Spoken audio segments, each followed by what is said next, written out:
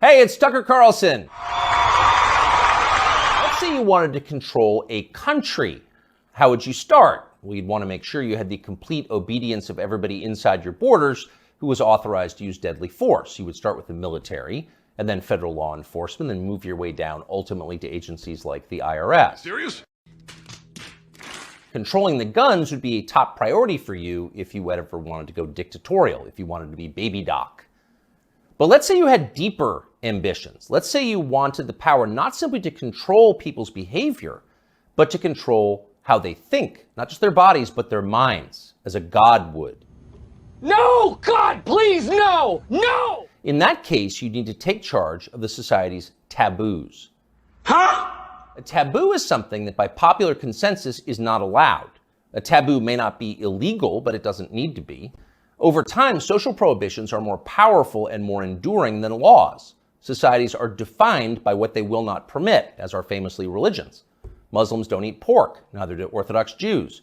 Traditional Christians oppose extramarital sex. The Amish avoid electricity, and so on. American society isn't overtly religious, but it's governed by taboos, and it always has been. What's interesting is how fast our taboos are changing. This is not happening organically. What we're allowed to dislike is being dictated to us from above, sometimes by force. What do you mean by that? Until fairly recently, for example, it was taboo in this country to attack people on the basis of their race. That was the main lesson of the Second World War, we were told again and again. The one thing we learned from the Nazis is that it's dangerous to reduce human beings to their genetic code. There is no master race.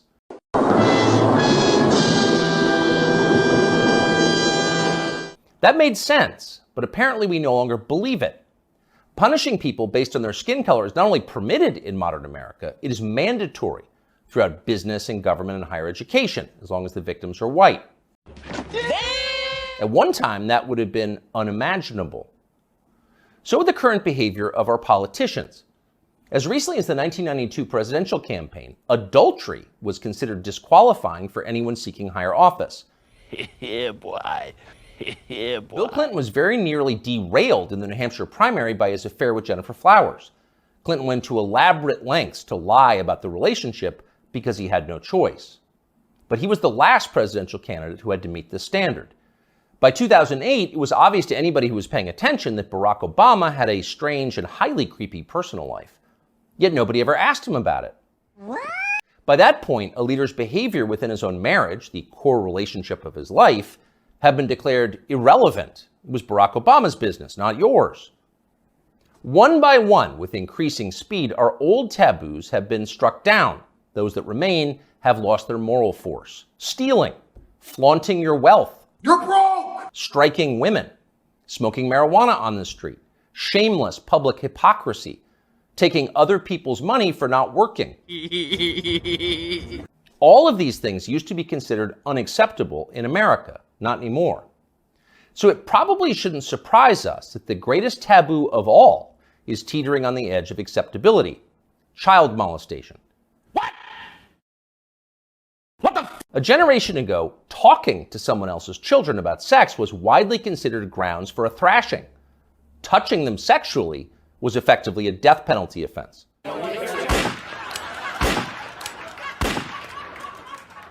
When Jeffrey Dahmer was bludgeoned to death in the bathroom of a Wisconsin prison in 1994, the Milwaukee district attorney had to caution the public not to turn Dahmer's killer into a folk hero. Jeffrey Dahmer had molested and murdered children. People felt justified in celebrating his death. I feel good. 25 years later, that standard had changed dramatically in the state of Wisconsin, as in the rest of the country. In the summer of 2020, during the BLM riots in Kenosha, 17-year-old Kyle Rittenhouse defended his life from a convicted child molester called Joseph Rosenbaum. Rosenbaum was trying to kill Rittenhouse, so Rittenhouse shot him in self-defense.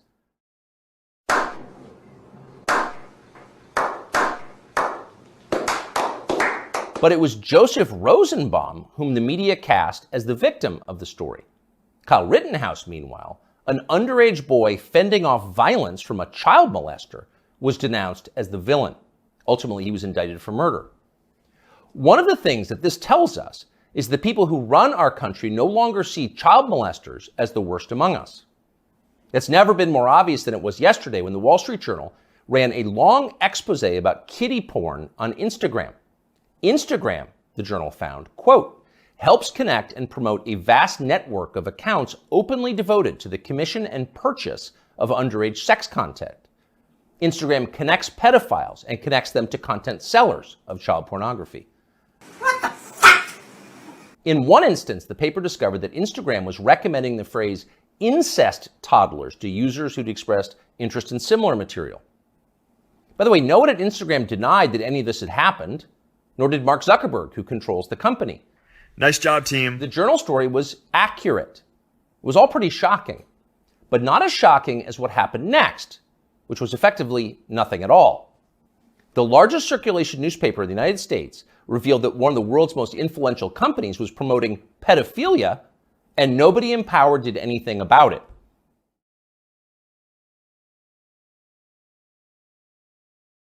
The Justice Department did not announce an investigation. Congress did not schedule hearings. The guy who runs Instagram, Adam Mosseri, still has his job. In fact, Mosseri's last tweet, which is pinned, is a video of himself bragging about how effective Instagram's algorithm is. Keep in mind as you watch this, it's real.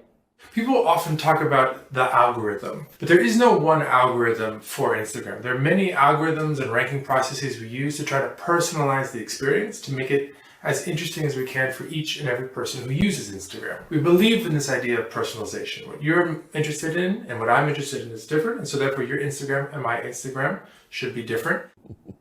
What you're interested in and what I'm interested in is different, Mosseri explains patiently. So your Instagram feed will be different from mine. You're interested in children, that's why you're getting all the incest toddler posts. It's a highly personalized experience. This is not okay. This needs to stop now. That tweet is still up tonight. Of course, everybody at Instagram, in fact, everyone everywhere in authority, will still claim to think that child molestation is bad, but the tone has changed unmistakably. When they say it's bad, they mean it in a kind of abstract way. Bad like a civil war in Central Africa is bad. You wouldn't prefer it, but there are reasons it happens. That's why we now refer to pedophiles as minor attracted persons, because honestly, who can judge? These people are a sexual minority, so pause before you attack them. And in any case, it's not like pedophiles are barging into the Capitol building to sit in Nancy Pelosi's chair or asking uncomfortable questions about the last election. For miscreants like that, no punishment is too harsh.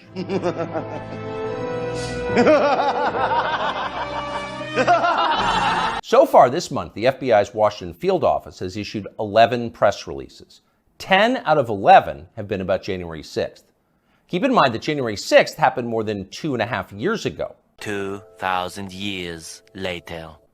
Now you know why the feds were ignoring kid touchers on Instagram. They're too busy to respond. They've got much more important things to do, like finding white supremacists.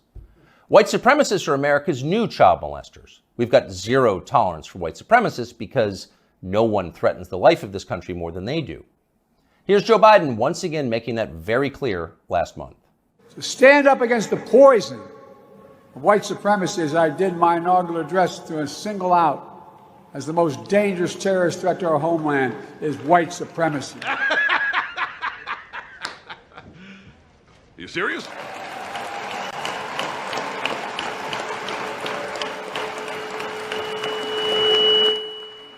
And I'm not saying this because I'm at a black HBCU. I say it wherever I go. Pardon the feedback, but you heard the point. White supremacy is the most dangerous threat to the American homeland. Joe Biden just told us that. It's more dangerous than the threat of nuclear war with Russia.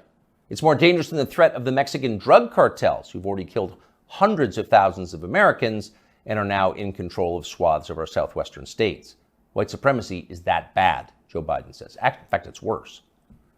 But what is it? That's the question.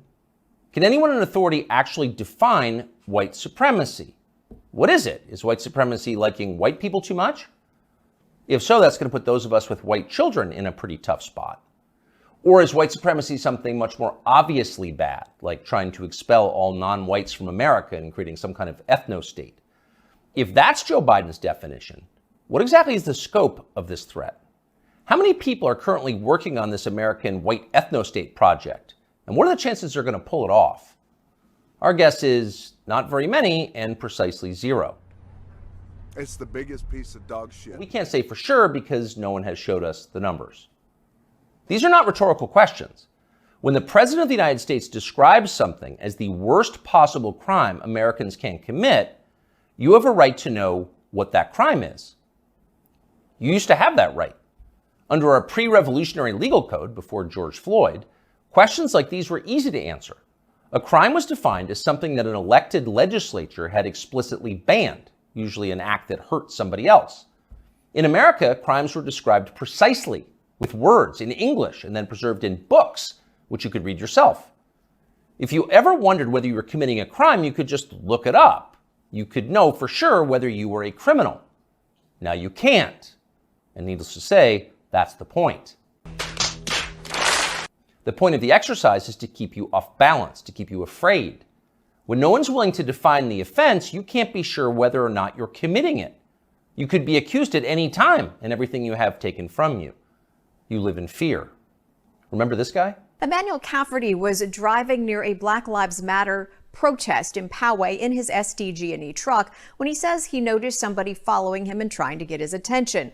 Later, that person posted a picture of him making what some believed is a white supremacy symbol on Twitter. Cafferty says he had no idea about any white power symbols and was just cracking his knuckles outside his window when the picture was taken of him. Later that day, he says he was notified by SDG&E that he would be suspended pending an investigation, and a few days later, he was fired. What that man did was so offensive, as you just saw, that local news had to blur the photograph of his hand. He was fired from his job. His life was destroyed for cracking his knuckles. He didn't know cracking his knuckles was racist in his defense, but then nobody did until the day that poor Emmanuel Cafferty was unwise enough to crack them. When a crime has no definition, anyone can be guilty of it. It's hard to relax in a country like that. The old system was better. Government operated on the basis of laws, not amorphous moral terror. Politicians couldn't accuse you of something they couldn't define. The legal code was straightforward. Child molestation was a crime. Having unfashionable opinions was not. Outside of the public sphere, the population mostly governed itself, as it does in every society, and used taboos to do it. You knew what was allowed and what wasn't because the rules didn't change very often. The taboos were organic. They derived from collective experience and instinct, the two most reliable guides to life. They evolved for a reason. They still do. Our job at this point is to protect them, despite the hectoring, the nonstop hectoring from the people in charge. You know the outlines of right and wrong. You were born knowing them. So don't let them talk you out of what you can smell. Don't let them rationalize away your intuitive moral sense. Cling to your taboos like your life depends on them, because it does. Cherish and protect them like family heirlooms. That's exactly what they are. Younger people say the news is full of lies. Kennedy's motorcade. 239 people. The death of Jeffrey Epstein.